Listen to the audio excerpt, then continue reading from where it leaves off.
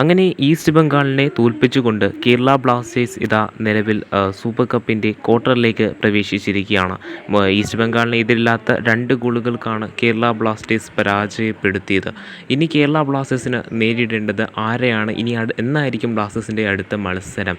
നമുക്കെല്ലാവർക്കും അറിയാം, മോഹൻ ബഗാനും ഷർച്ചിൽ ബ്രദേഴ്സുമായിട്ടുള്ള മത്സരം നടന്നിട്ടുണ്ടായിരുന്നില്ല. കാരണം ഷർച്ചിൽ ബ്രദേഴ്സ് ഈ ഒരു സൂപ്പർ കപ്പിൽ നിന്ന് പിന്മാറിയിട്ടുണ്ടായിരുന്നു. അത് ഐ ലീഗിലെ വിവാദവുമായി ബന്ധപ്പെട്ടായിരുന്നു ചർച്ചിൽ ബ്രദേഴ്സ് പിന്മാറിയിട്ടുണ്ടായിരുന്നു. അതിനാൽ തന്നെ മോഹൻ ബഗാൻ ഡയറക്റ്റായിട്ട് ക്വാർട്ടറിൽ പ്രവേശിച്ചിട്ടുണ്ടായിരുന്നു. ഇനി കേരള ബ്ലാസ്റ്റേഴ്സിൻ്റെ എതിരാളികൾ എന്ന് പറയുന്നതും മോഹൻ ബഗാൻ തന്നെയാണ്.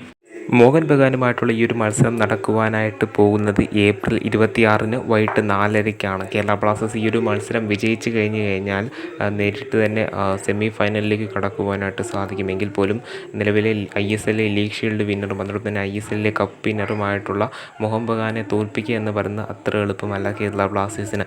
സോ കേരള ബ്ലാസ്റ്റേഴ്സ് ഈ ഒരു മത്സരത്തിൽ വിജയിക്കുമെന്ന കാര്യമൊക്കെ തന്നെ കണ്ടു തന്നെ അറിയേണ്ടതാണ്. എന്തൊക്കെ വന്നാലും കേരള ബ്ലാസ്റ്റേഴ്സ് ഈ ഒരു കപ്പ് നേടിക്കഴിഞ്ഞ് കഴിഞ്ഞാൽ തങ്ങളുടെ ക്ലബ് ചരിത്രത്തിൽ തന്നെ ആദ്യത്തെ കിരീടമായിട്ട് ഈ ഒരു സൂപ്പർ കപ്പ് മാറുന്നതുമാണ്.